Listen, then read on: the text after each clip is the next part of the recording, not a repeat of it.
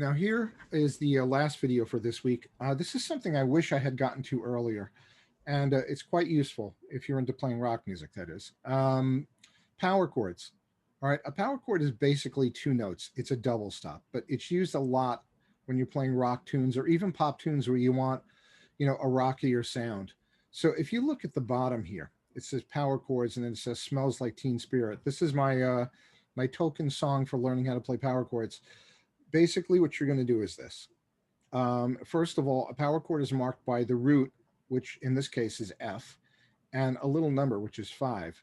And so you're basically playing an F and the note that's a fifth above it. So F, G, A, B, C. You're playing an F and a C. That's all it means.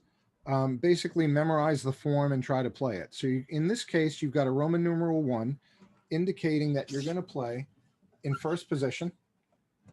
You're going to put your 1 on the 6th string and your 3 or your 4. You can do it with either finger on the 5th string. You're going to mute the other strings if you can. I play flat fingered. I lean my 1 up against the other strings, but I don't press them down. I'm only pressing the 6th string and the 5th, and I'm leaning on the other strings. So when I hit those two strings, I don't get sound from any other strings. That's an F5 or an F power chord. Now, I have a little arrow here indicating that if I move this form to 4th position, it becomes an A flat 5. All right, so if I slide this up to here, all right, now I'm in 4th position. My 1 is now on an A flat. My 3 is on an E flat. They're a fifth apart. I talked about intervals in the review for the final. So basically, even though it's flat, it's still A, B, C, D, E. So they're a fifth apart. So same form. You're just moving it to 4th position, A flat 5. That's it. All right. Now I'm going to go back to 1st position, and now I'm going to play a power chord from the 5th string, putting my 1 on the 5th string and my 3 or your 4 on the 3rd fret of the 4th string. That's a B flat 5 because my 1 is on a B flat. All right.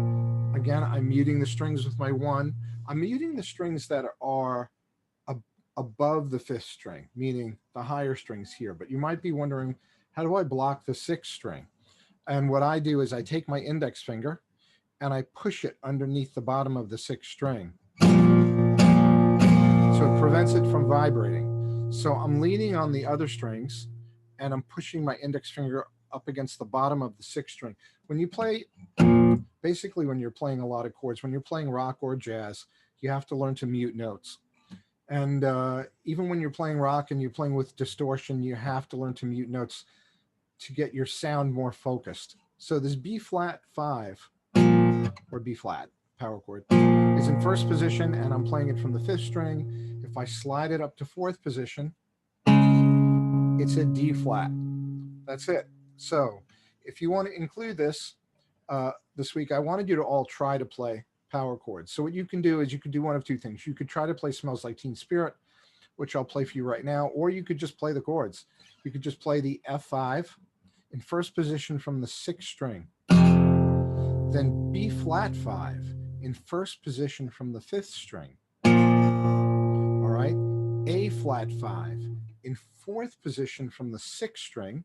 All right, D flat 5 in 4th position from the 5th string. Okay, one more time. F5, 1st position, 6th string. B flat 5, 1st position, 5th string.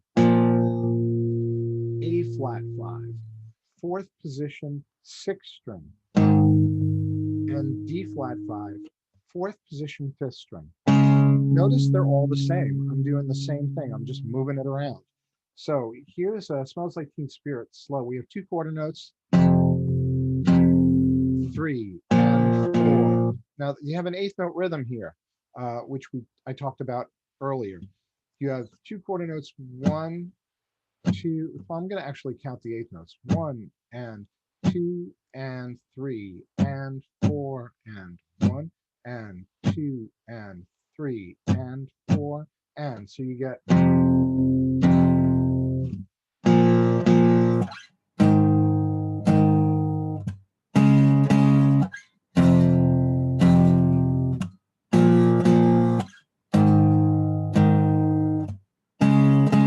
on F. And of course, when they do the song, they play it fast, so they'll do.